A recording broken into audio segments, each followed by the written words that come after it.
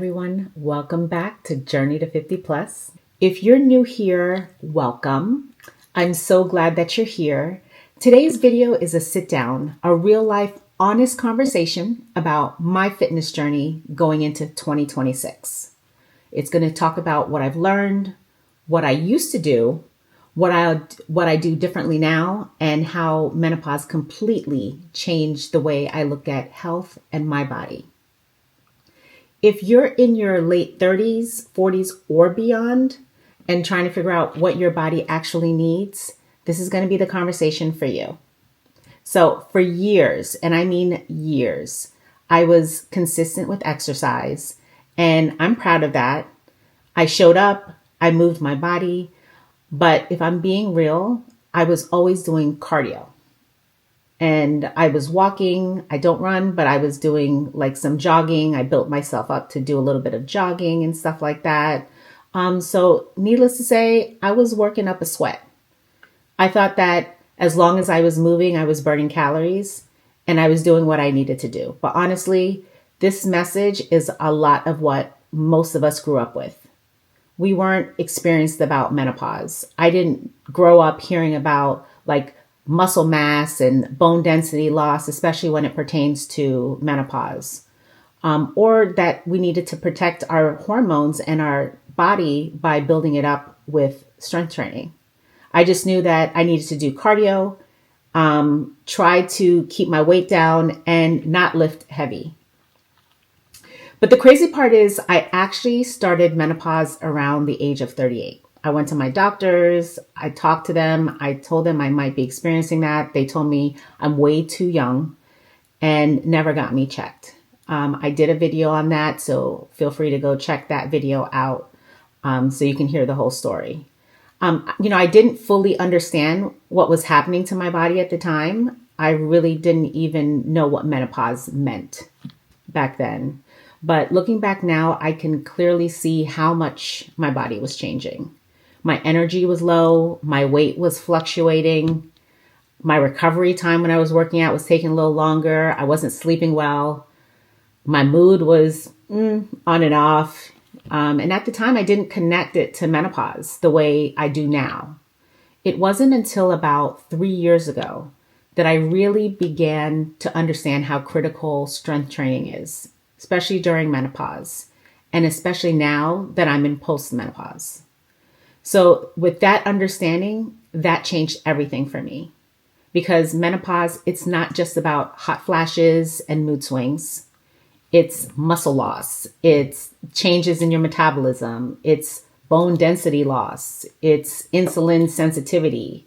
It's fat distribution in places you didn't know you could really accumulate that fat.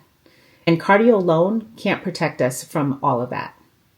So strength training became my new best friend. That is a game changer. So going into this next year, going into this year, 2025, my focus started to shift. So my goal became, how do I support my body at its optimum? Not based on what I did when I was 25 or 35, but based on what my body needs now at almost 50. So this year has been a whole learning experience for me, trying to figure out how to balance my body. So not just doing cardio, not just lifting heavy weights every day, because I did that for about 5 times a week and had to change some things up. But I needed to find that right combination that works for me. So doing strength, doing cardio, doing some mobility, making sure that I'm recovering my body after workouts, getting the right nutrition, the hormonal support that I need. And speaking of hormonal support, stay tuned. Next week, I'll be talking more about my HRT journey. So that's hormone replacement therapy. So I'll be talking more about that next week and sharing more about that. But let me be clear. I still have not mastered this, okay? But I am so much more educated than I was before. And education changes everything.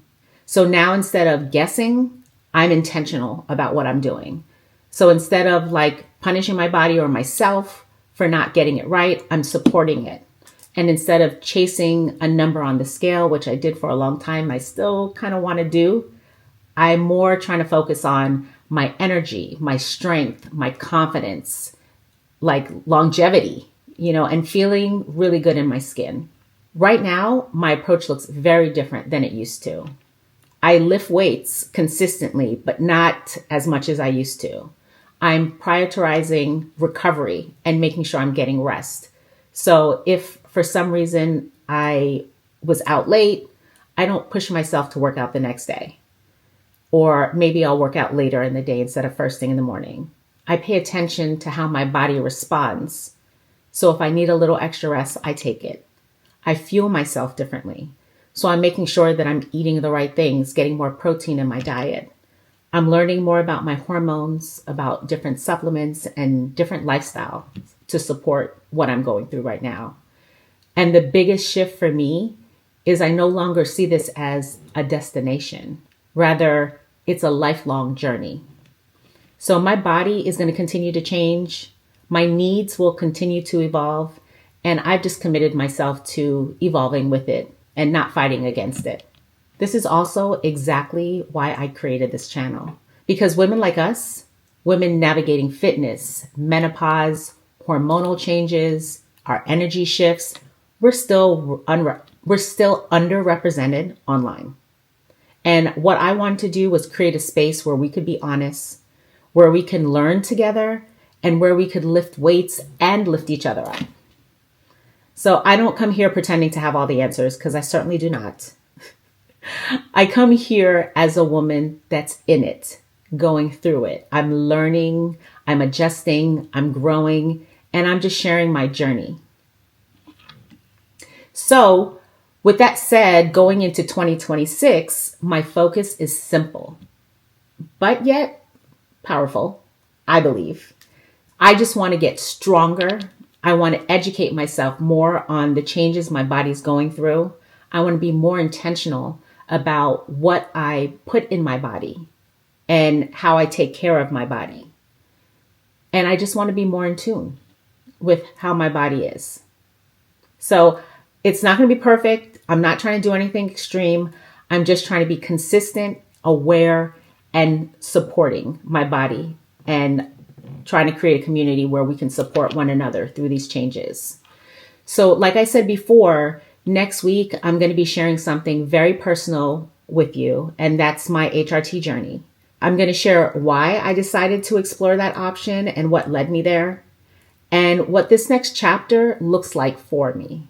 So make sure that you subscribe and tune in for that conversation, because it's going to be a big one. Like I said, a very personal one. So if this video is resonating with you, please comment below and tell me, where are you in your fitness or menopause journey right now? I'd love to hear from you. And thank you so much for being here, and I'll see you in the next video.